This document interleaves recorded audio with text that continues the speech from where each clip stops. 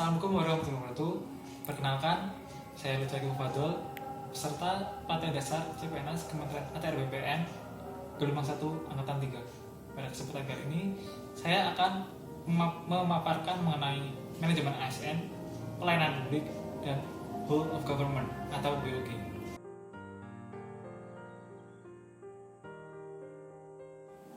Sebelum lebih jauh dijelaskan mengenai manajemen ASN, perlu terlebih dahulu dimengerti siapa sih ASN itu.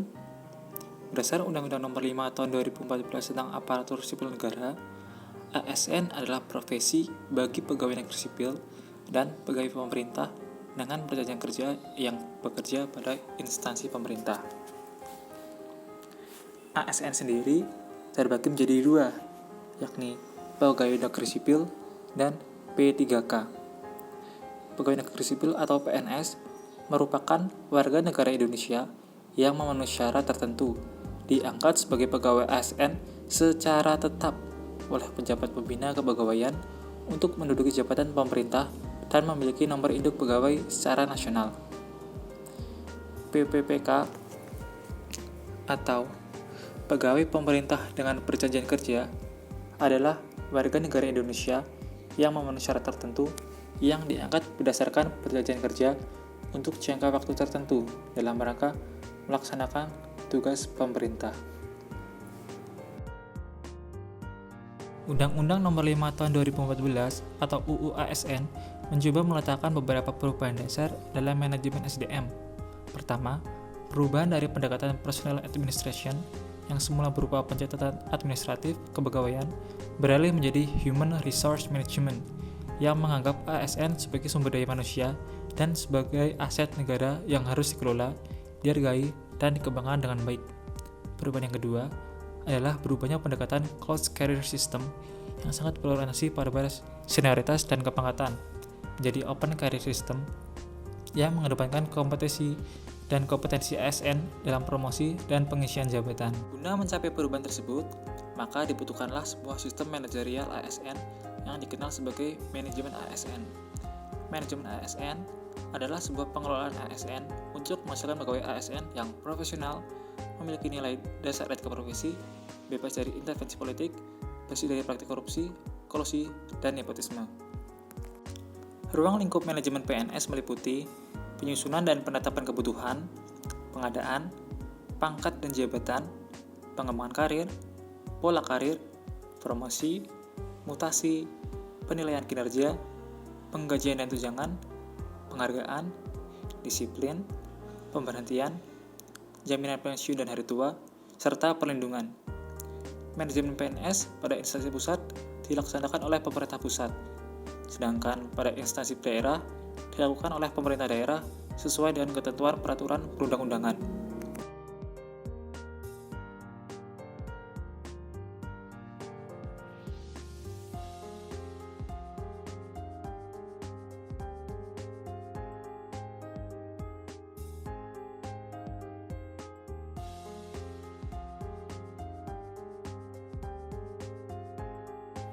Materi yang kedua adalah pelayanan publik.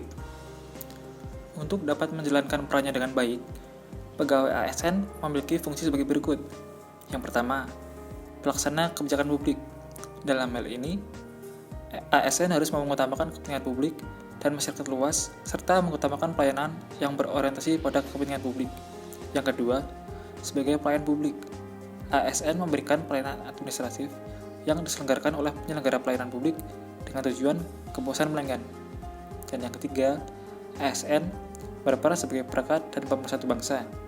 ASN harus selalu mengutamakan dan mementingkan persatuan dan kesatuan bangsa.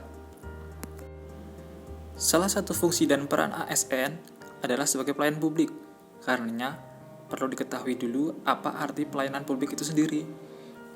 Pada tahun 1998, Lembaga Administrasi Negara mendefinisikan pelayanan publik sebagai segala bentuk kegiatan pelayanan umum yang dilaksanakan oleh instansi pemerintah di pusat dan daerah dan di lingkungan BUMN atau BUMD dalam bentuk barang dan atau jasa, baik dalam pemenuhan kebutuhan masyarakat. Sedangkan barang atau jasa publik adalah barang atau jasa yang memiliki nilai rivalitas dan eksklusivitas yang rendah. Barang atau jasa publik yang murni memiliki ciri-ciri tidak dapat diproduksi oleh sektor swasta, serta cara mengkonsumsinya dapat dilakukan secara kolektif. Contoh barang publik antara lain udara bersih, pertahanan nasional, lampu jalan, sistem pengendalian banjir, mercusuar, dan peradilan. Terdapat 3 unsur penting dalam pelayanan publik. Yang pertama adalah organisasi penyelenggara pelayanan publik.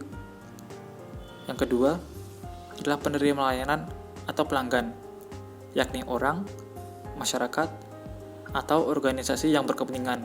Dan yang ketiga adalah kepuasan yang diberikan dan atau diterima oleh penerima layanan. Terdapat 9 prinsip pelayanan publik yang baik untuk mewujudkan pelayanan yang prima, antara lain 1. Partisipatif, 2. Transparan, 3. Responsif, 4. Tidak diskriminatif, 5. Mudah dan murah, 6. Efektif dan efisien, 7. Aksesibel, 8. Akuntabel, dan 9. Berkeadilan. Materi yang ketiga adalah Whole of Government atau WOG.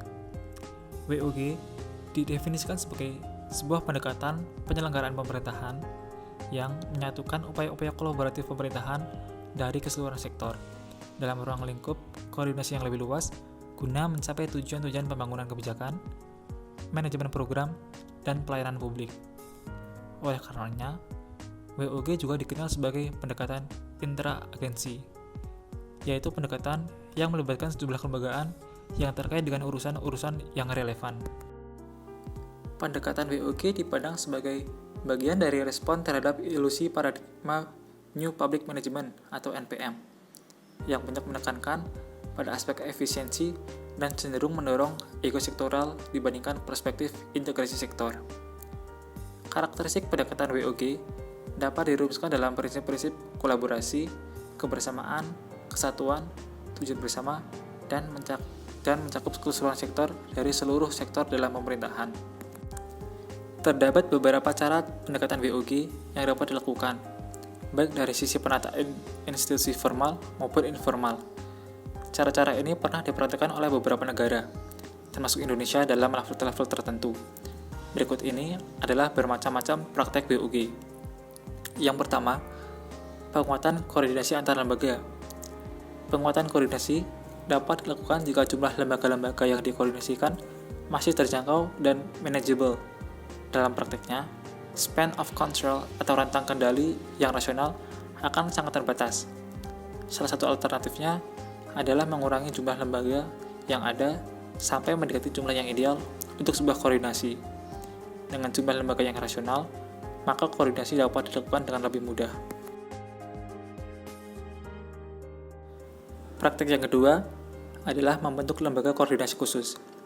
Pembentukan lembaga terpisah dan permanen yang bertugas dalam mengkoordinasikan sektor atau kementerian adalah salah satu cara melakukan WOG. Lembaga koordinasi ini biasanya diberikan status kelembagaan setingkat lebih tinggi atau setidaknya setara dengan kelembagaan yang dikoordinasikannya. Yang ketiga, membentuk gugus tugas.